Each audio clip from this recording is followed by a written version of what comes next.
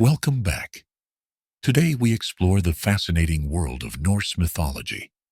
As always, relax and let yourself drift away. Let's begin. The end of the world begins with an unassuming plant, a fragile sprig, like a spark that ignites a cosmic inferno, sets in motion the cataclysmic events of Ragnarok. This apocalyptic battle, destined to destroy the Norse gods and reshape the universe, stems from an unlikely source. The tale that unfolds reveals the intricate tapestry of divine jealousy, maternal devotion, and ultimate betrayal. As we peel back the layers of myth, we uncover how a simple botanical specimen became the catalyst for the fall of Asgard and the unraveling of the cosmic order. What transforms this seemingly harmless plant into a weapon of such devastating consequence? The answer lies in a story of love, deceit, and fate that will forever alter the nine worlds. In the beginning, Ginnungagap, a vast primordial void, existed between the realms of fire and ice. This cosmic chasm served as the crucible for the birth of the Norse universe. Niflheim, a world of mist and ice, lay to the north, while Muspelheim, a realm of fire and heat, blazed to the south. As these opposing forces met in Ginnungagap, they set in motion the creation of the Norse cosmos and its divine inhabitants. From the melting ice of Niflheim, nourished by Muspelheim's heat, emerged Ymir, the primordial frost giant. Ymir, neither male nor female, reproduced asexually, giving rise to the race of frost giants. Alongside Ymir arose Audumla, the cosmic cow, a being of nurture and sustenance. Audumla played a crucial role in the creation of the first gods. As she licked the salty ice blocks, she uncovered Buri, the first of the Aesir gods. Buri became the grandfather of Odin, Vili, and Vi, the divine brothers who would shape the world. The emergence of these new beings marked a turning point in the cosmic order. Buri's son, Bor, mated with Bestla, a giantess, producing Odin, Vili, and Veithi. These young gods, desiring to create and order the universe, saw Ymir as a threat. In a decisive act, they slew the primordial giant, altering the course of cosmic history. The slaying of Ymir had far-reaching consequences. From Ymir's body, Odin and his brothers crafted the world with the precision of master sculptors. They raised his flesh to form the earth. His blood became the seas, his bones the mountains, and his hair the trees. Ymir's skull, held aloft by four dwarves, named North, South, East, and West, became the dome of the sky. The gods used Ymir's eyebrows to create a barrier around Midgard, the realm of humans. Sparks and embers from Muspelheim became stars, planets, and celestial bodies. Ymir's brains, scattered across the heavens, formed the clouds. This act of creation gave rise to the nine worlds of Norse cosmology. Asgard, realm of the Aesir gods, took its place high in the celestial spheres. Below lay Alfheim, home of the light elves, and Vanaheim, realm of the Vanir gods. Midgard occupied the central position. Jotunheim, land of giants, and Nidavellir, realm of the dwarves, found their places in this cosmic order. The dark elves dwelled in Svartalfheim, while Helheim, the realm of the dead, lay deep below. Niflheim remained as a reminder of the universe's origins. The creation of these worlds presented challenges. The gods captured Ymir's offspring, the Jotnar or giants, and banished them to the outer reaches of the cosmos, establishing an uneasy truce that would define much of Norse mythology. With the basic structure of the universe in place, Odin and his brothers turned their attention to establishing their own realm. Asgard, the celestial fortress of the gods, was built as a bastion against the chaotic forces that still threatened the newly formed cosmos. This magnificent realm, with its golden halls and rainbow bridge Bifrost, became the center of divine power and authority in the Norse universe. The establishment of Asgard marked a significant milestone in the cosmic order. It provided the gods with a secure base from which to govern the nine worlds and interact with other beings. The Great Hall of Valhalla, where Odin welcomed fallen warriors, and Fensalir, Frigg's marshy abode, were among the many divine residences that adorned this celestial landscape. From Asgard, the gods could oversee their creation and maintain the delicate balance between order and chaos in the Norse cosmos. The golden halls of Asgard, once a symbol of divine unity, now echoed with whispers of discontent. As the Aesir gods settled into their roles as guardians of the cosmos, another divine family emerged from the shadows of Norse mythology. The Vanir, a group of deities associated with nature, fertility, and wisdom, stood in contrast to the warrior ethos of the Aesir. This fundamental difference in divine domains would soon ignite a conflict that would reshape the pantheon and alter the course of Norse cosmology.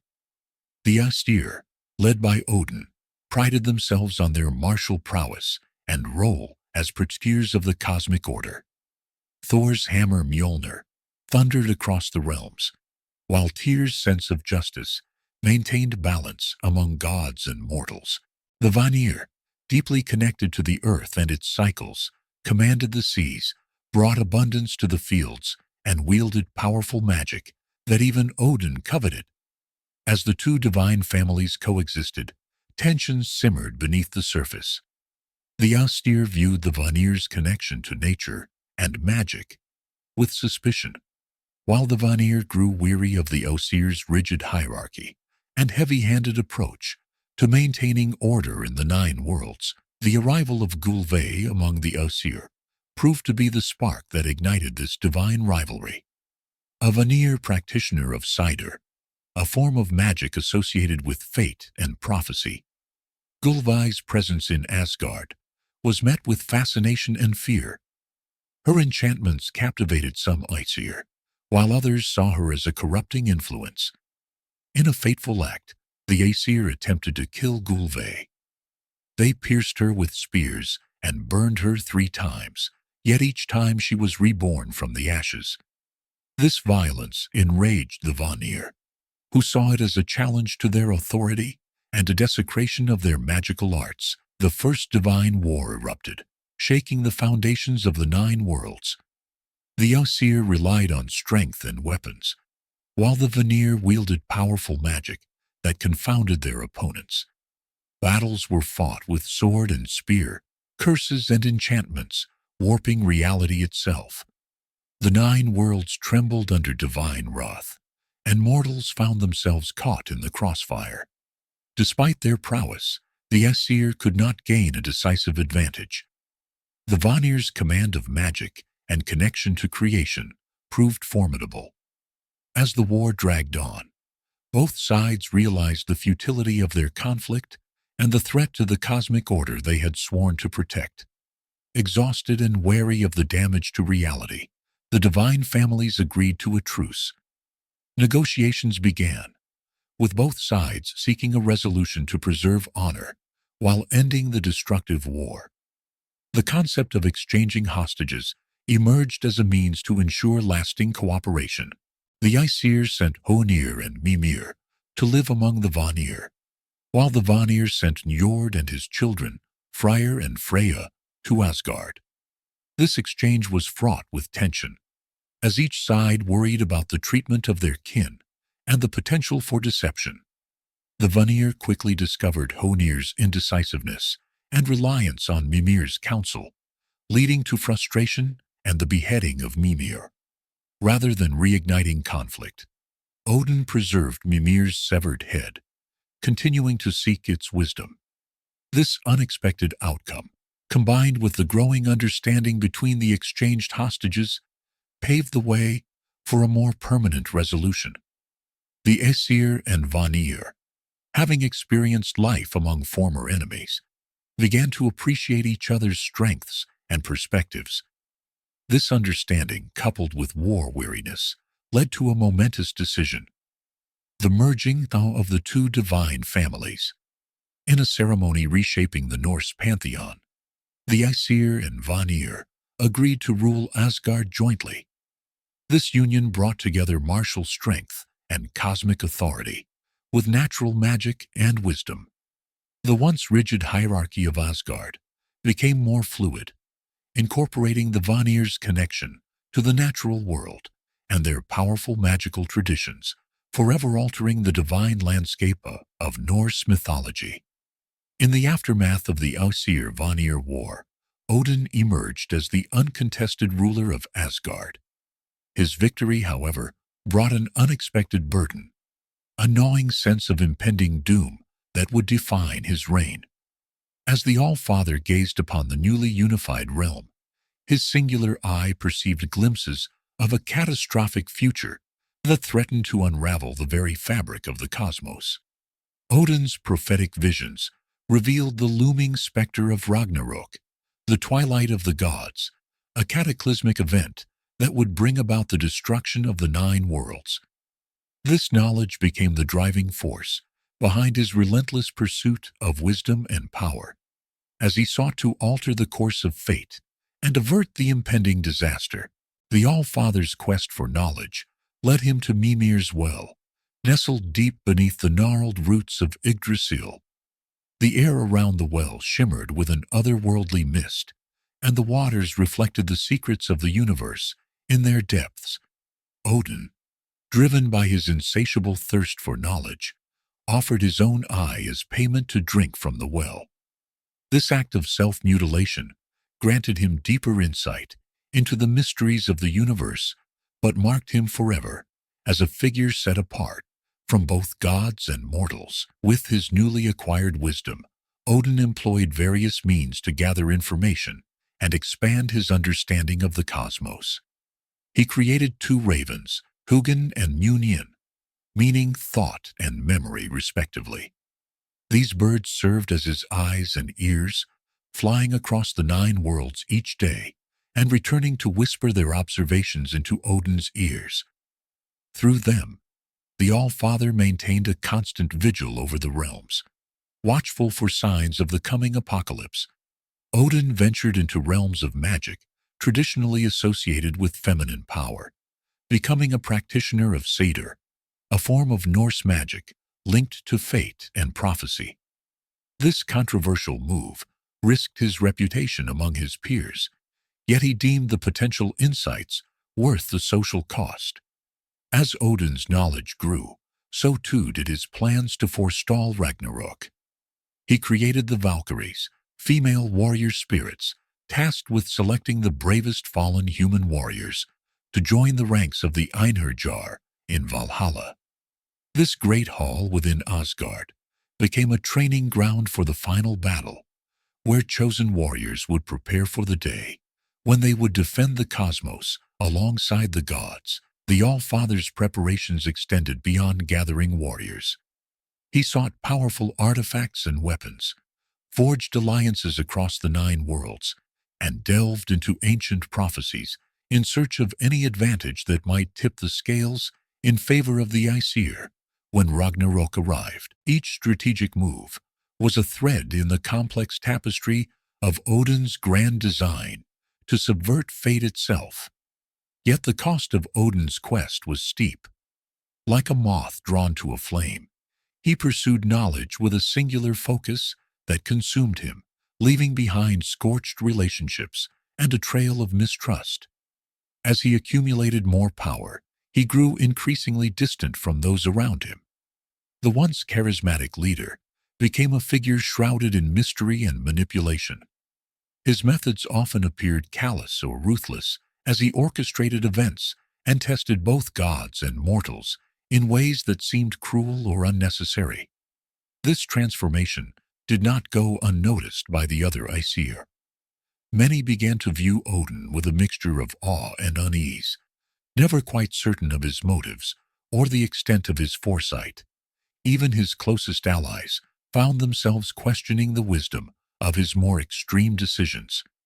The All-Father's burden of knowledge had reshaped him into a being that straddled the line between benevolent protector and manipulative chess master, moving pieces on a board that only he could fully comprehend. Odin's personal relationships suffered as well. His wife Frigg, herself a seer, watched as her husband became consumed by his quest. Their son Balder, beloved by all the gods, would become a central figure in the events leading to Ragnarok, a fact that weighed heavily on Odin's conscience. The All-Father's other children, including the mighty Thor, often found themselves pawns in their father's elaborate schemes, their destinies shaped by Odin's attempts to rewrite the future. As Odin's quest for knowledge isolated him from gods and mortals alike, his son Thor forged a different path. Born of the union between Odin and Jord, the earth goddess, Thor embodied the raw power of nature and the strength of the common people. His role as the defender of Asgard and Midgard against the chaotic forces of the giants became legendary. While Odin schemed and plotted, Thor took direct action, using his immense strength and magical hammer Mjolnir to safeguard both realms. Mjolnir, crafted by the dwarven brothers Eitri and Brokkr, possessed the power to level mountains, create lightning, and always return to Thor's hand when thrown.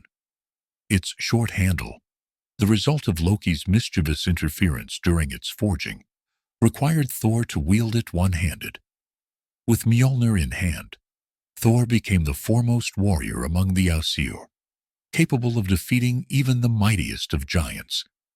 One of Thor's most famous adversaries was Jormungandr, the world serpent. This monstrous creature, so large it encircled Midgard and grasped its own tail, was destined to be Thor's nemesis. Their encounters were cataclysmic, shaking the very foundations of the nine worlds. In one notable incident, Thor fished for Jormungandr, using an ox head as bait.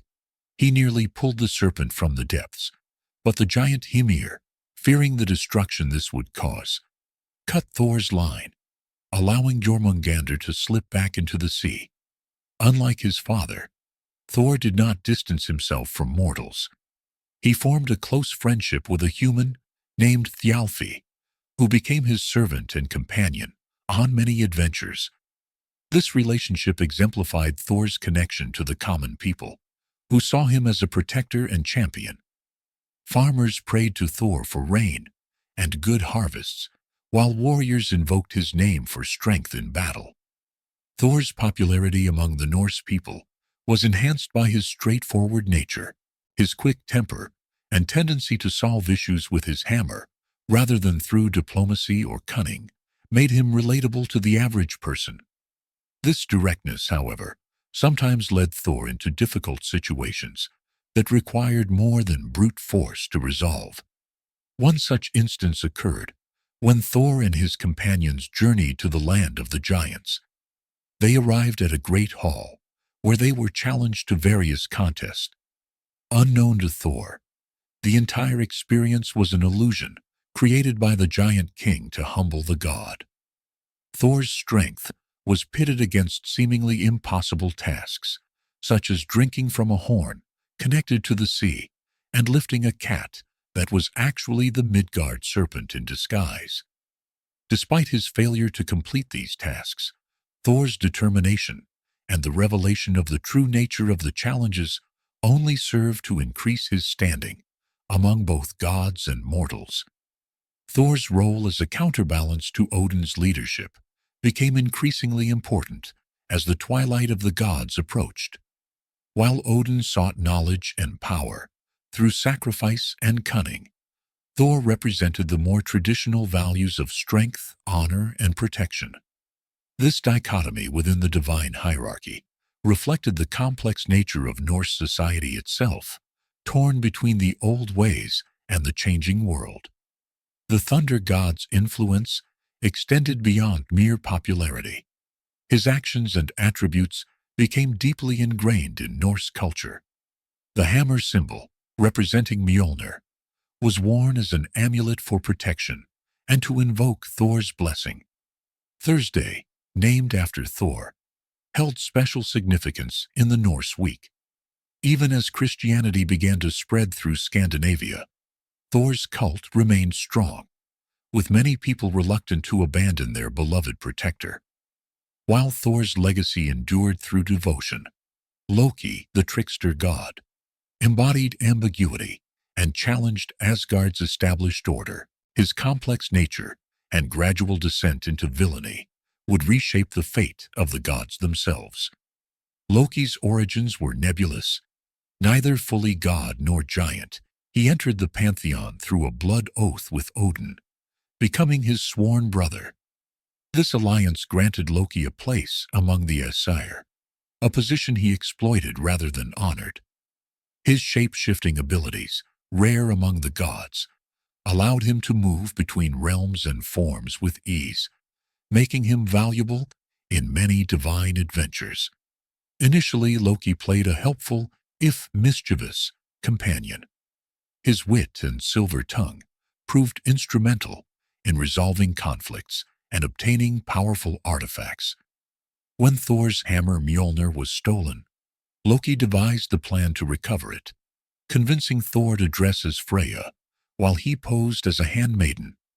This ruse allowed them to reclaim the mighty weapon, though it left Thor's reputation somewhat tarnished. Loki's shape-shifting extended beyond mere disguise. Like a living shadow, he flowed between forms, capable of transforming into animals and even changing gender. This fluid nature led to the birth of his monstrous children. As a mare, he birthed Sleipnir, Odin's eight-legged steed. With the giantess Angerboda, he fathered Fenrir the wolf, Jörmungandr the world serpent, and Hel, the half-corpse goddess of the underworld. The gods reacted with fear and revulsion to these offspring, seeing in them the potential for their own destruction. Odin had Fenrir bound, Jörmungandr cast into the ocean, and Hel banished to the realm of the dead. These actions deepened the rift between Loki and the other gods. As time passed, Loki's pranks grew increasingly malicious. He delighted in creating discord, playing on the gods' vanities and insecurities. During the forging of magical items, he ensured that Sif's golden hair, Odin's spear Gungnir, and even Thor's hammer Mjolnir came with flaws or complications. The escalation of Loki's misdeeds seemed to stem from a deep-seated resentment towards the established order of Asgard. As an outsider grudgingly accepted into the pantheon, he never truly felt at home among the Aesir. His tricks and schemes can be seen as attempts to prove his worth, to demonstrate that his cunning was as valuable as Thor's strength or Odin's wisdom. However, each act of mischief only served to further alienate him from the divine community. Loki's relationship with the gods reached a critical point during a feast in Aegir's hall. In a shocking display, he verbally attacked each god present, revealing their secrets and mocking their weaknesses. This event, the Lokasena or Loki's quarrel, marked a turning point. No longer content with subtle manipulation, Loki openly declared his contempt for the divine order. Yet it was Loki's role in the death of Baldur, Odin's beloved son, that would cement his position as the enemy of the gods. Baldur was thought invulnerable to all harm, but Loki discovered that mistletoe could hurt him. He crafted a dart from mistletoe and tricked Baldur's blind brother Hodur into throwing it, resulting in Baldur's death. This betrayal was unforgivable. It shattered Asgard's fragile peace and set in motion the events leading to Ragnarok, the twilight of the gods. Loki, once a clever ally, had become the catalyst for the destruction of the very pantheon he had been a part of. In a tragic irony, the trickster who had often saved the gods through his cunning would ultimately bring about their downfall, his fluid nature finally solidifying into that of an implacable enemy. As the dust settled from the Aesir-Vanir war, a new figure emerged, as a central player in the divine drama of Norse mythology. Freya, a Vanir goddess, found herself integrated into the Aesir pantheon, bringing with her a unique blend of powers and attributes that would reshape the dynamics of Asgard. Freya's arrival in Asgard marked a significant shift in the balance of power among the gods. Her multifaceted nature as the goddess of love, fertility, war, and sorcery allowed her to navigate the complex political landscape of the divine realm with unparalleled skill. This duality became evident in her roles as both a patron of love and a formidable war deity. As the leader of the Valkyries, Freya commanded warrior maidens who chose half of the slain for her hall, Fimbulwinter, while Odin claimed the other half for Valhalla. The story of Freya's acquisition of the necklace Brisingamen exemplifies her cunning and willingness to sacrifice for her desires. According to legend, Freya encountered 4 dwarven brothers who had crafted a necklace of unparalleled beauty. Determined to possess it, she offered gold and silver, but the dwarves demanded a different price, one night with each of them. Freya, recognizing the necklace's power, agreed to their terms. This tale illustrates her complex nature and her ability to navigate difficult situations to achieve her goals. Freya's mastery of Seder, a form of Norse magic associated with fate and prophecy, set her apart from other deities. Her expertise in this mysterious practice earned her the respect of Odin himself, who sought her teachings in the art. This transfer of knowledge underscored the importance of Vanir wisdom in the new cosmic order and solidified Freya's position as a powerful force in Asgard. The goddess's influence extended beyond the realm of gods and into the world of mortals. Her connection to the cycles of life and death made her a popular deity among various groups. Warriors sought her blessing before battle, lovers prayed for her favor, and those seeking knowledge of the future turned to her for guidance. Farmers invoked her name to ensure bountiful harvests, while women in childbirth sought her protection. Freya's relationship with other gods, particularly Odin and Loki, was complex and often fraught with tension. While Odin respected her magical abilities, he also viewed her as a potential rival due to her influence over fallen warriors and her popularity among gods and humans. Loki, the trickster god, frequently found himself at odds with Freya, whose ability to see through deception made her a formidable opponent. Freya's power was not limited to Asgard and Midgard alone. Her ability to travel between realms, often taking the form of a falcon, allowed her to act as an intermediary between different cosmic planes. This mobility, combined with her diverse set of skills and attributes, made Freya an invaluable asset in maintaining the delicate balance of the 9 worlds, solidifying her position as one of the most important and widely worshipped deities in Norse mythology. In Norse mythology, marriages were cosmic alliances that shaped the fabric of the universe, intertwining the fates of gods, giants, and mythical beings. These divine partnerships maintained peace, brokered power, and sometimes led to disastrous consequences that echoed through eternity. Odin, the All-Father, and Frigg formed a union of minds as much as hearts.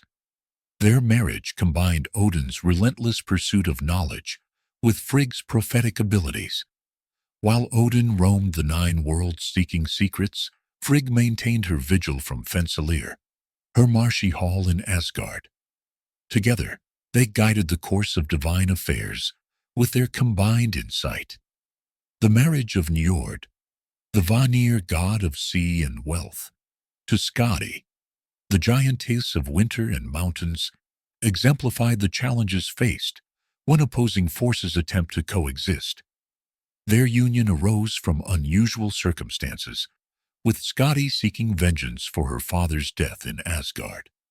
She was offered marriage as compensation, choosing her husband by his feet alone. expecting to select Balder, Skadi found herself wed to Njord instead. The incompatibility between sea and mountain soon manifested. Njord could not endure the howling wolves in Skadi's mountain home, while she found the cries of seabirds at Njord's coastal dwelling unbearable. Their attempt to compromise by splitting time between realms ultimately failed, leading to separation. This ill-fated union served as a reminder of the challenges in bridging vastly different worlds, even among the gods. The romance of Freyr, the Vanir god of fertility and prosperity, and the giantess Gerd proved consequential for the fate of the Norse cosmos. Freyr's infatuation with Gerd was instant and all-consuming, sparked by a glimpse of her radiant beauty. However, winning Gerd's hand came at a steep price. Freyr surrendered his magical sword, a weapon capable of fighting on its own. This sacrifice left him defenseless at Ragnarök, the prophesied end of the world. Thor, the Thunderer, and Sif, the goddess associated with earth and fertility, faced external challenges in their marriage, particularly from Loki's mischief. In one incident, Loki cut off Sif's golden hair, a symbol of harvest and fertility. Thor's fury was only quelled when Loki procured a magical golden headpiece crafted by dwarves to replace what was lost. This episode highlighted the vulnerabilities present even in divine marriages and showcased the complex interactions between the gods. These divine unions played a crucial role in maintaining or disturbing the cosmic balance. They served as bridges between different factions of gods, between gods and giants, and even between opposing natural forces. The alliances formed through these marriages created an intricate network of loyalties and obligations that influenced divine decision-making and the course of mythological events. The offspring of these unions inherited traits from both divine and giant lineages, embodying the dualities and conflicts inherent in the Norse cosmos. These descendants became key players in the unfolding drama of the Nine Worlds. Their actions shaped by the complex legacies of their parents' unions. The repercussions of divine marriages extended far beyond the personal realm of the gods involved. They influenced the structure of the Norse pantheon, dictating alliances, enmities, and the distribution of power among the various beings inhabiting the Nine Worlds. The success or failure of these unions could tip the delicate balance between order and chaos that defined the Norse universe, making these divine partnerships as precarious as they were powerful. As divine unions shaped the Norse cosmos, a new generation arose from these celestial couplings. The offspring of deities embodied both the greatest hopes and the darkest fears of the Nine Worlds. Their mixed heritage, a potent blend of divine power and chaotic potential. These young gods and creatures would play pivotal roles in Norse mythology, their actions reverberating through the fabric of reality itself. Among the most prominent was Balder, son of Odin and Frigg. Known for his radiant beauty and gentle nature, Balder represented the epitome of light and goodness in the Norse pantheon. His presence brought joy and harmony to Asgard, and he was beloved by all the gods.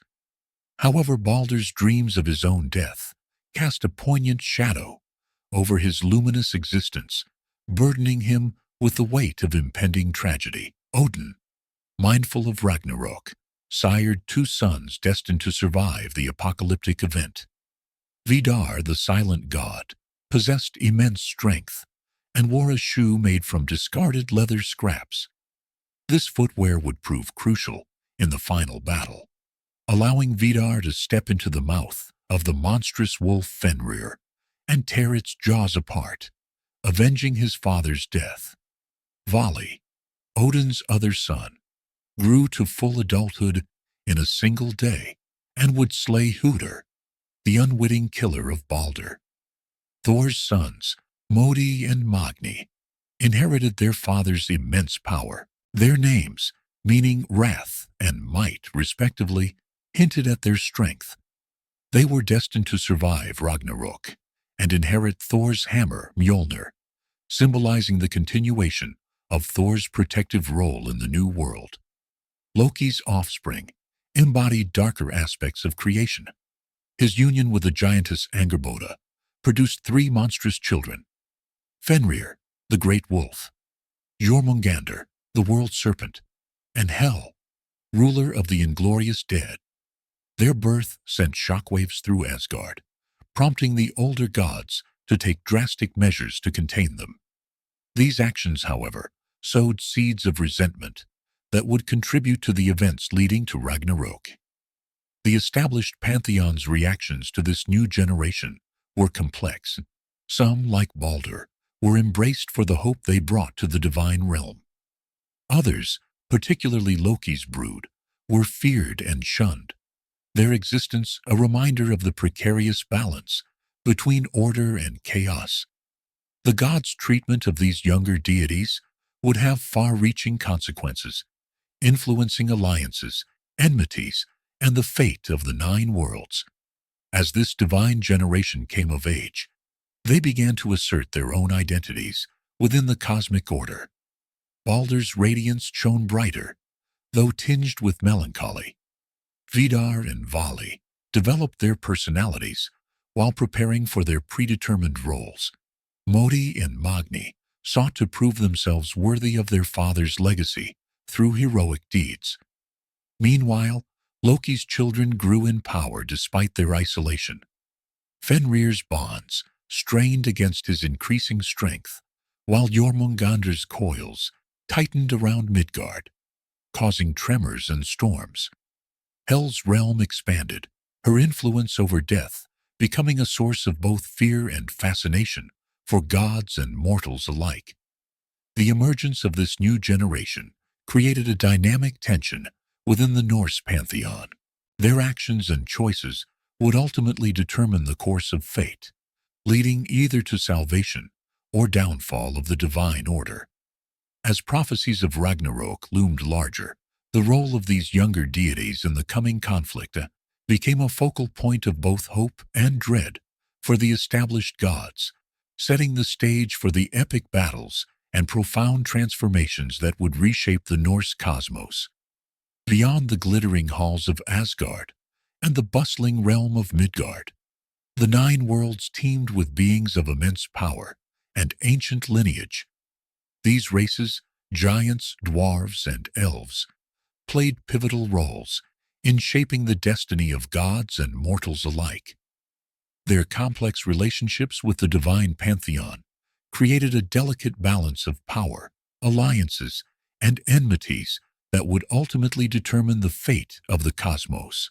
The Jotnar, or giants, stood as both the progenitors and the greatest adversaries of the gods. Descendants of the primordial frost giant Ymir, they possessed strength rivaling that of the Aesir-Vanir. Jotunheim, a wild and untamed land of mountains and forests, served as their stronghold. Despite the enmity between giants and gods, their bloodlines were inextricably linked. Odin himself was born of the giantess Bestla, and Thor's mother Jord was a personification of the earth itself. Giants came in many forms, from fierce frost giants to crafty mountain giants. Some, like the wise Mimir, became allies and advisors to the gods. Others, such as Thrym, who stole Thor's hammer, or Utgarda Loki, who challenged the thunder god with his illusions, represented constant threats to divine authority. The complex nature of giant-god relations was perhaps best exemplified by Skadi, the giantess who became a goddess through her marriage to Njord, yet never fully integrated into the divine community. In the cavernous realm of Nidavellir dwelt the dwarves, master craftsmen whose skills were unmatched even by the gods. These diminutive beings forged the most powerful and iconic items in Norse mythology, shaping the very fabric of divine power. From their underground forges emerged Mjolnir, Thor's mighty hammer; Gungnir, Odin's unerring spear, and Skidbladnir, Freya's foldable ship. Yet the relationship between dwarves and gods was fraught with tension. The tale of how Loki acquired 6 magical items for the gods, including Sif's golden hair, involved a wager that nearly cost the trickster his head, underscoring the precarious balance between divine demands and dwarven pride. The elves, divided into light and dark, remained among the most enigmatic beings in Norse cosmology. The light elves of Alfheim, ruled over by Freyr, were revered for their beauty and association with fertility. The dark elves, our Svartalfar, dwelt in Svartalfheim, their nature shrouded in mystery. Elves held a unique position, straddling the line between the divine and the natural world. Their influence on mortal affairs, from granting boons to causing illness, reflected the capricious nature of the cosmos itself. Humans, the inhabitants of Midgard, occupied a central yet precarious position in this cosmic hierarchy. Created by Odin and his brothers from ash and elm trees, humans were both the subjects of divine rule and the pawns in godly conflicts. Their relationship with the gods was one of reciprocity, worship, and sacrifices in exchange for protection and blessings. Yet humans were not mere spectators. Heroes like Sigurd the Dragon Slayer wielded god-forged weapons and shaped mythic history, while the Einherjar, chosen warriors who died in battle, would fight alongside the gods at Ragnarok. The interplay between these diverse races created a complex web of alliances, rivalries, and dependencies. Giants provided the gods with wisdom, spouses, and challenges to overcome. Dwarves supplied the divine weapons necessary to maintain cosmic order. Elves bridged the gap between the spiritual and natural worlds. Humans, through their worship and deeds, gave purpose and power to the gods. This delicate balance was not static, but in constant flux. Each race sought to increase its influence and power, leading to both cooperation and conflict. The gods' efforts to maintain their supremacy often involved exploiting the skills and resources of other races, while also guarding against potential threats. This dynamic tension between order and chaos, creation and destruction, shaped the very fabric of Norse cosmology, a cosmic drama played out across the 9 worlds. While gods and other beings vied for supremacy, the concept of fate, embodied by the Norns, shaped the course of Norse mythology. These mysterious beings wove a tapestry of prophecy that even Odin could not fully comprehend. Their power loomed over all, influencing every decision and alliance across the 9 worlds. The Norns, Urd, Verdandi, and Skuld, dwelt at the root of Yggdrasil, determining the course of all existence. Their most dire prophecy foretold Ragnarok, the twilight of the gods. This cataclysmic event would bring about the destruction of the 9 worlds and the death of many prominent deities. How would the gods face this impending doom?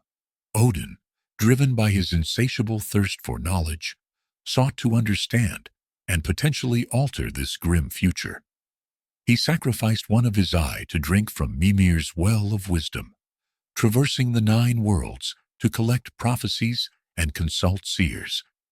Yet, the more he learned about the future, the more inescapable it seemed.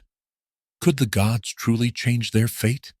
The Aesir took drastic measures to prevent Ragnarok. When Loki's monstrous offspring were born, they were seen as harbingers of doom. Jormungandr was cast into the ocean surrounding Midgard, where it grew to encircle the world. Hel was banished to Niflheim, becoming the ruler of the inglorious dead.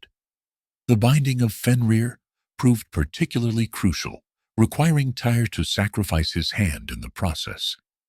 Despite these efforts, the gods recognized they could not entirely avert their destiny. They began to prepare for the inevitable final battle. Odin created the Valkyries, fierce warrior maidens who would choose the bravest fallen warriors to join the ranks of the Einherjar in Valhalla. These chosen heroes would feast and train daily, readying themselves for Ragnarok.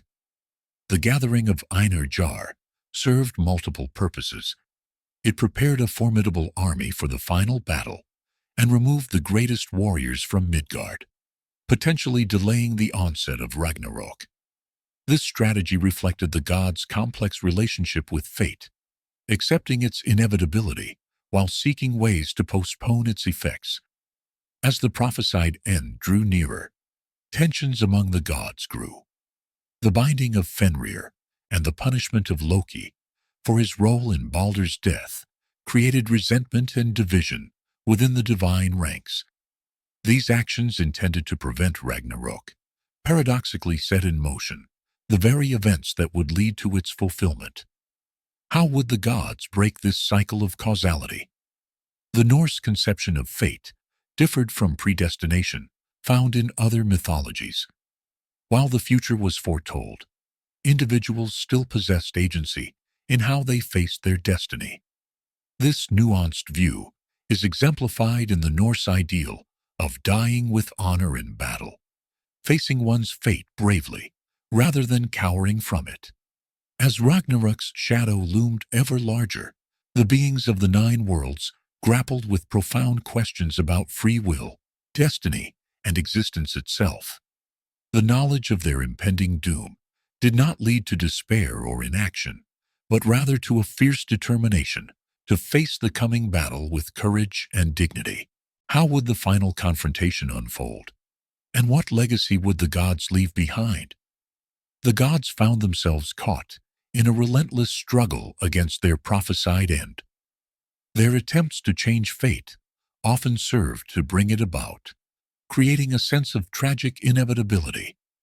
Yet even in the face of certain doom, the Norse gods and heroes refused to surrender. They would meet their destiny head-on, weapons in hand, prepared to fight until the very end.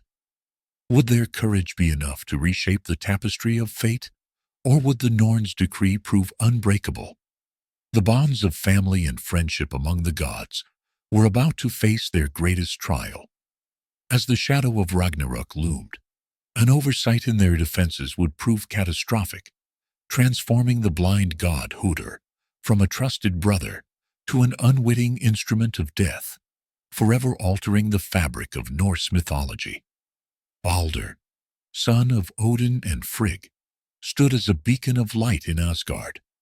His radiance and purity made him beloved by all, his presence bringing harmony to the divine realm. Yet, even as he basked in adoration, a dark cloud of foreboding began to gather. Frigg, haunted by prophetic dreams foretelling Baldur's demise, embarked on a quest across the nine worlds. She wove a protective tapestry, extracting solemn oaths from every creature, plant, and element.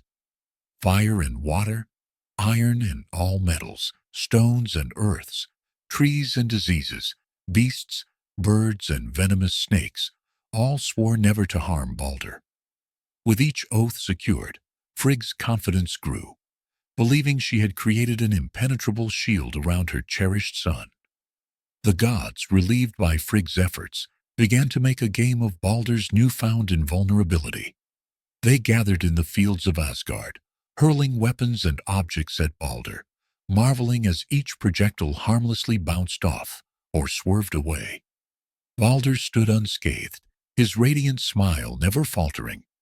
Unbeknownst to the jubilant deities, Loki observed these proceedings with growing resentment. Driven by jealousy and malice, he set out to uncover any weakness in Frigg's protective web.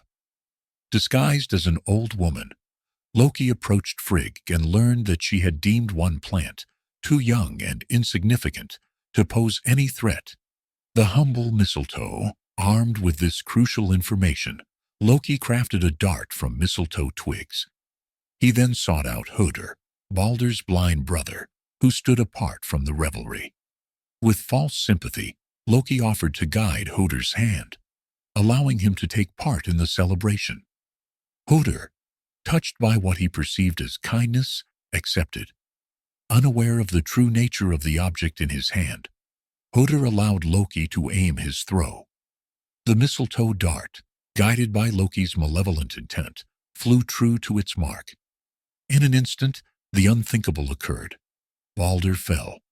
Silence descended upon Asgard. The gods stood frozen in disbelief. Realization swept through, like a tidal wave of grief and horror. Laughter turned to wails of anguish and cries of despair. Frigg, her heart shattered, fell to her knees beside her fallen son. Odin, the All-Father, stood silent, his one eye filled with unfathomable pain.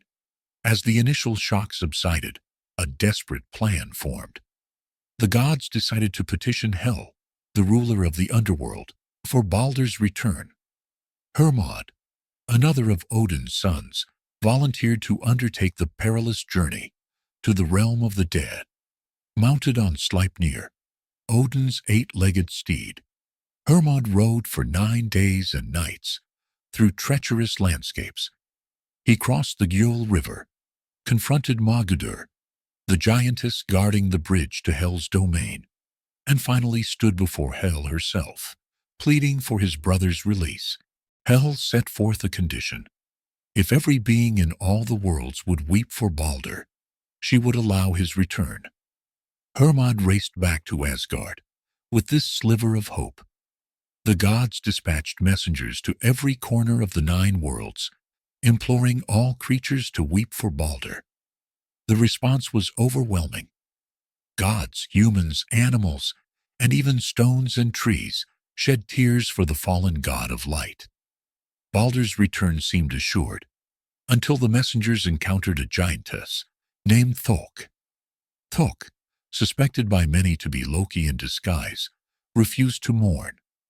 With cold eyes and a heart of stone, she declared, "Let Hel hold what she has." These words sealed Balder's fate. The universal mourning was incomplete, and Balder remained trapped in the realm of the dead. With Balder trapped in Hel's realm, the gods' grief turned to rage. Loki's involvement in the beloved god's demise had been exposed, and the pantheon's fury knew no bounds. The trickster's cunning had always kept him one step ahead, but even the most intricate web of lies can unravel with a single thread. As the gods began their relentless pursuit, Loki's desperation grew, and he resorted to increasingly drastic measures to evade capture. Loki's shape-shifting abilities became his primary means of survival. He transformed into a salmon, gliding through the icy streams of Midgard, hoping to lose his pursuers in the rushing waters. The gods, however, crafted a net designed to catch even the most elusive of prey, a creation that would match Loki's own ingenuity. Cornered in a small dwelling, Loki launched a final verbal assault, known as the Lokasenna, or the Flighting of Loki. This tirade laid bare the flaws and indiscretions of the Aesir-Vanir, a last-ditch effort to sow discord among his pursuers. But his words, sharp as they were, could not save him from his fate. The gods captured Loki and dragged him to a cave deep within the earth. Their punishment reflected the depth of their anger and desire for retribution. 3 flat stones were set up, and Loki was bound to them with the entrails of his own son, Narfi. This grotesque binding served as a mirror to the gods' own failures, a physical manifestation of the betrayal and chaos Loki had sown among them. The tale of Narfi and his brother Vali illustrates the collateral damage of divine vengeance. The gods transformed Vali into a wolf, driven mad with hunger and rage. In this state, Vali tore his brother Narfi apart, providing the unbreakable bonds to hold Loki. This act of using a father's own offspring against him added an extra layer of psychological torment to Loki's physical suffering. Skadi, the giantess whose father had been slain indirectly due to Loki's actions, placed a venomous serpent above Loki's head. Its acidic venom dripped onto his face, causing unimaginable agony. Loki's screams echoed through the cavern, a constant reminder of the god's wrath. In this moment of utter despair, Sigyn, Loki's wife, refused to abandon her husband. She positioned herself beside him, holding a bowl above his face to catch the serpent's venom. The gentle clink of venom droplets hitting the bowl provided a rhythmic counterpoint to Loki's labored breathing. This small mercy provided brief respites from his torment, but it was not without its own cruel twist. When the bowl filled, Sigyn had to turn away to empty it, leaving Loki exposed once more. The sizzle of venom on his skin and his convulsions of pain during these moments were said to cause earthquakes in the world above. As Loki lay bound, his mind turned to thoughts of vengeance. The seeds of Ragnarok, the twilight of the gods, had already been sown, but Loki's imprisonment served as a catalyst for the coming doom. His oath of vengeance against the gods ensured that when the time came, he would play a pivotal role in their downfall. The implications of Loki's binding reverberated throughout the 9 worlds. The delicate balance of power among the gods, giants, and other beings began to shift. Loki's absence created a void in the cosmic order, one that would not remain empty for long. The forces of chaos, long held at bay by the gods' vigilance, began to stir. As Loki plotted his revenge from his subterranean prison, the world itself began to show signs of impending doom. The Fimbulwinter, 3 successive winters without summer, loomed on the horizon. Mortal realms experienced increased conflict and strife, mirroring the discord among the gods. The roots of Yggdrasil, the world tree, trembled with the weight of coming catastrophe. As the roots of Yggdrasil quivered, a deep chill settled across the 9 worlds. The Fimbulwinter, long foretold in prophecies, had begun its inexorable march.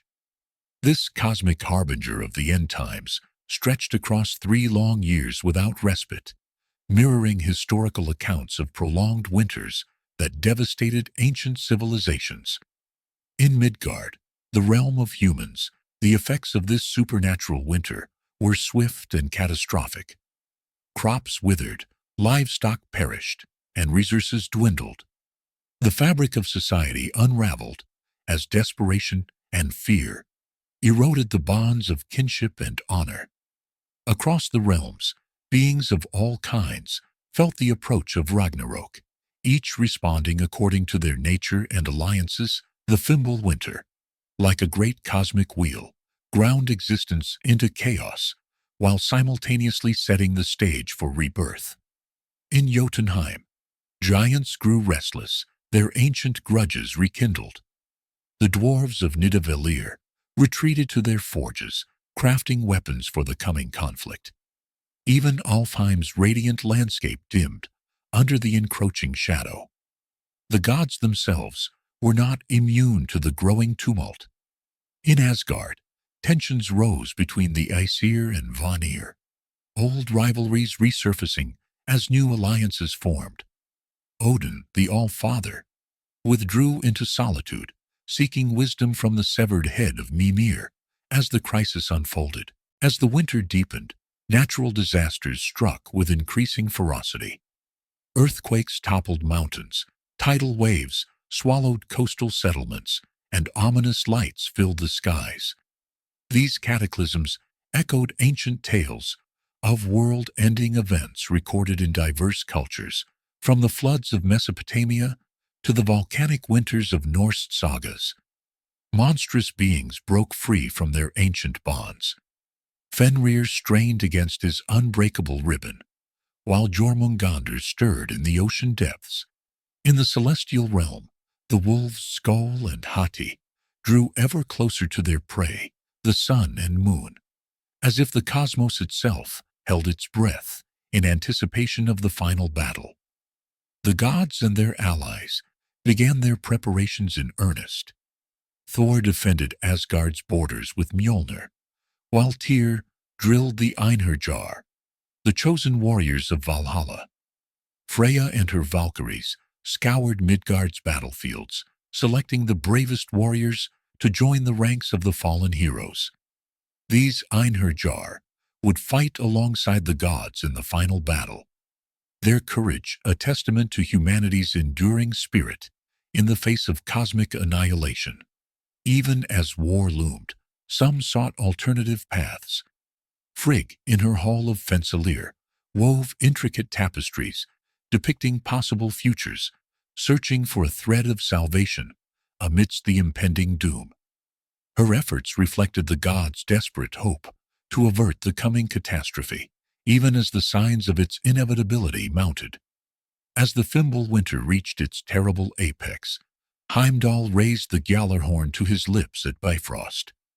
His blast shook the foundations of creation, summoning all beings to their appointed roles in the great drama of Ragnarok. The final act of the cosmic cycle, both an end and a beginning, stood poised to unfold across the 9 worlds, as the very rhythm of existence faltered in anticipation of the ultimate confrontation between order and chaos. The blast of Gjallarhorn faded, leaving an eerie silence across the 9 worlds. Beings of all kinds stirred, sensing the approach of their final destiny. In Asgard, the Einherjar readied themselves for battle. The rainbow bridge Bifrost shimmered and cracked under the weight of advancing giants and monsters. Loki, freed from his bonds, led the charge alongside his monstrous children. Fenrir's massive jaws snapped at the air, while Jormungandr uncoiled from around Midgard, its scales gleaming as it rose from the depths. As the forces of chaos breached Asgard's gates, the gods met them in combat. Thor's hammer Mjolnir sang through the air, each strike accompanied by thunder. Tyr fought with unmatched skill, his blade finding gaps in giant armor. Freya, wielding an antler in place of his magical sword, faced the enemy with grim determination. Odin rode forth on Sleipnir, Gungnir gleaming in his hand.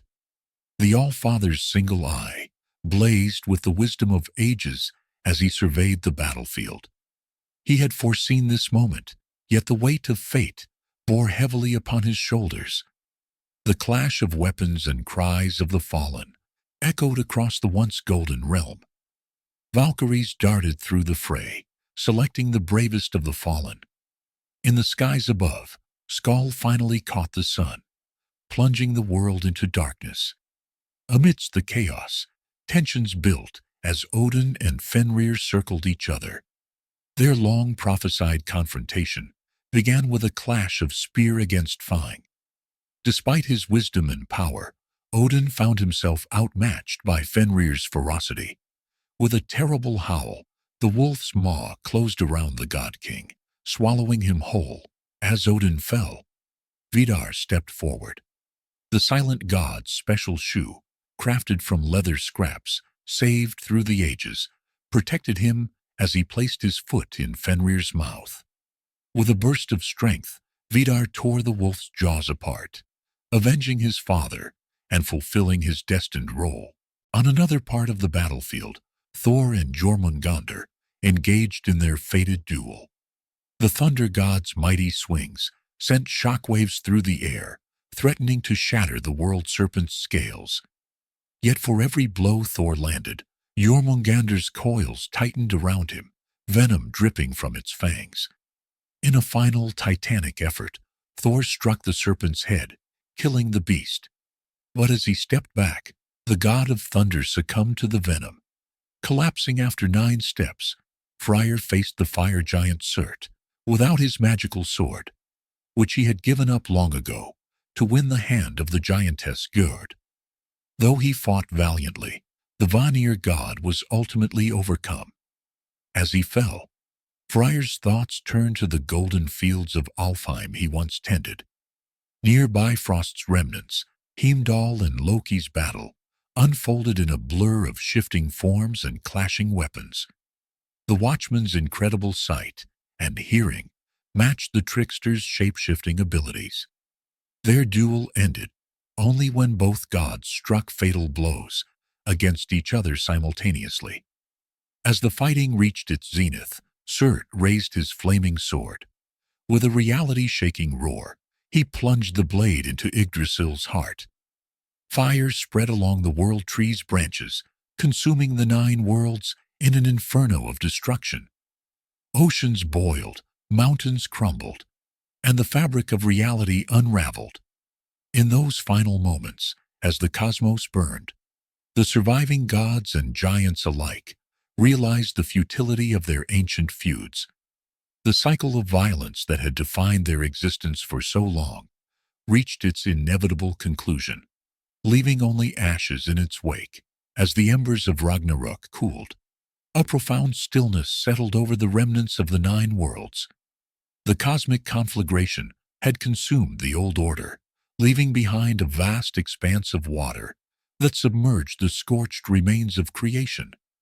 Yet, in the depths of this apparent oblivion, a faint pulse of life stirred, heralding the dawn of a new era. From the depths of the cosmic sea, a verdant earth began to emerge. This nascent world rose slowly, revealing lush forests, rolling hills, and crystal-clear streams.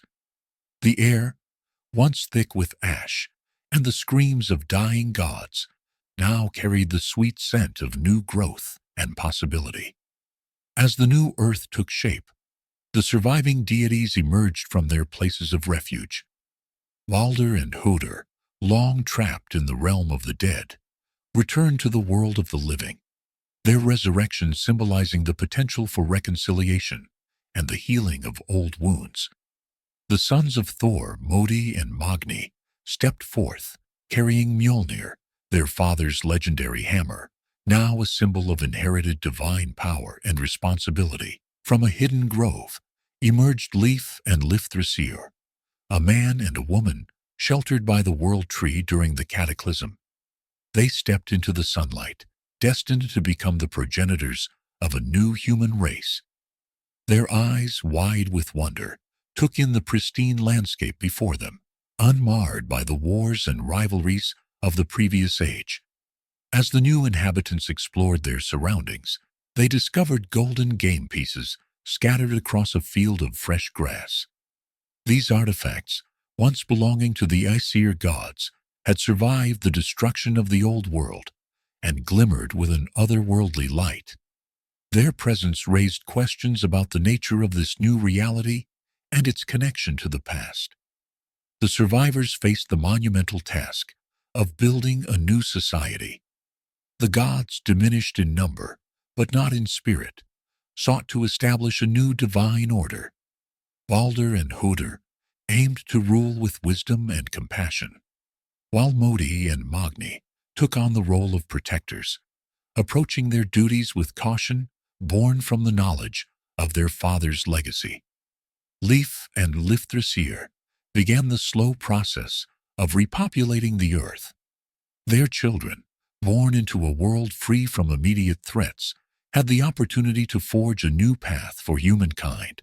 These new generations grew up with tales of the old world, learning from its triumphs and failures. As the new society took shape, questions arose about the nature of fate in this reborn world. The absence of the Norns, weavers of destiny, led to speculation about the concept of free will in the absence of a predetermined cosmic order. The golden game pieces became objects of study and debate, seen by some as sources of ancient wisdom and by others as potential threats to the new peace. Time passed, and the new world developed its own unique character. The gods found themselves more closely intertwined with the affairs of mortals, and the strict hierarchies of the old pantheon gave way to a more fluid relationship between divine and human. Baldur and Hödur encouraged open communication between the realms, seeking to avoid the misunderstandings and secrets that had plagued the previous era. The natural world reflected this new harmony. The cycles of seasons unfolded without the extreme swings of the Fimbulwinter. Creatures, both mundane and magical, populated the forests and mountains, creating a rich tapestry of life. Yet, whispers of otherworldly entities occasionally reached the ears of both gods and humans, hinting that not all of the old powers had been entirely swept away by Ragnarok. As Christianity spread across Scandinavia, the Old Norse gods faced a formidable challenge. The pantheon that had reigned supreme for centuries found itself in decline, with temples abandoned and sacred groves left untended. Yet, even as the last embers of pagan worship faded, the stories of Odin, Thor, and Loki refused to be extinguished. Instead, they embarked on a remarkable journey through time, evolving and adapting to new cultural landscapes. The survival of Norse mythology owes much to the Icelandic sagas and medieval texts like the Prose Edda, compiled by Snorri Sturluson in the 13th century. These works preserve the tales of gods and heroes, ensuring that the exploits of the Aesir-Vanir would not be lost to history. After lying dormant during the Renaissance and Enlightenment, Norse mythology experienced a revival during the Romantic period of the 18th and 19th centuries. This renewed interest manifested in various forms of artistic expression. Painters like Peter Nicolai Arbo brought scenes from Norse mythology to life on canvas, while poets such as Adam Oehlenschläger incorporated elements of the old sagas into their works. The allure of Norse mythology extended beyond Scandinavia, captivating minds across Europe and beyond. One of the most significant adaptations came from the German composer Richard Wagner, whose monumental opera cycle, Der Ring des Nibelungen, drew heavily from Norse and Germanic legends. The 20th century saw Norse mythology finding new expression in popular culture. Comic books became a fertile ground for reimagining the gods of Asgard. Marvel Comics' interpretation of Thor, created by Stan Lee and Jack Kirby, transformed the thunder god into a superhero. This adaptation, akin to modern remix culture, introduced countless readers to Norse cosmology while taking creative liberties with the original myths. The influence of Norse mythology extended into literature, with authors like J.R.R.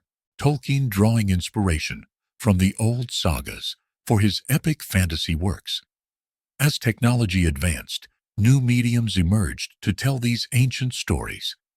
Video games like God of War and Assassin's Creed Valhalla brought Norse myths to life with stunning visuals and complex narratives, allowing players to interact with gods and monsters in immersive digital worlds. The silver screen, too, has embraced Norse mythology. Hollywood blockbusters featuring Thor and Loki have become global phenomena, further cementing these characters in popular consciousness. While these adaptations often take significant liberties with the source material, they have sparked renewed interest in the original myths among viewers. This enduring fascination with Norse mythology raises an intriguing question. Why do these ancient stories continue to resonate so strongly with modern audiences? Perhaps it is because the Norse gods, for all their power and majesty, are deeply flawed and relatable beings. Their struggles with fate, their complex family dynamics, and their ultimate vulnerability in the face of Ragnarok reflect universal human experiences and fears. Moreover, Norse mythology offers a unique perspective on the nature of existence. The concept of Yggdrasil, the world tree connecting different realms, speaks to our desire to understand our place in a vast and complex universe. The prophecy of Ragnarok, with its vision of destruction and renewal, addresses our anxieties about the future and our hope for rebirth in the face of calamity. The Norse gods, with their complex personalities and intricate relationships, captivate our imagination and offer profound insights into the human condition. These deities embody the struggles, desires, and flaws that define mortal existence. Their tales of creation, conflict, and cosmic cycles mirror our world, reflecting the eternal dance between order and chaos. As we navigate uncertain futures, the courage of the Norse gods in facing their fates inspires us. Ragnarok speaks to our deepest anxieties while offering hope for renewal. In confronting their destinies with resolve, these ancient deities remind us of the power of resilience. Like Yggdrasil, whose roots endure even as its branches burn, the human spirit persists through cycles of destruction and rebirth.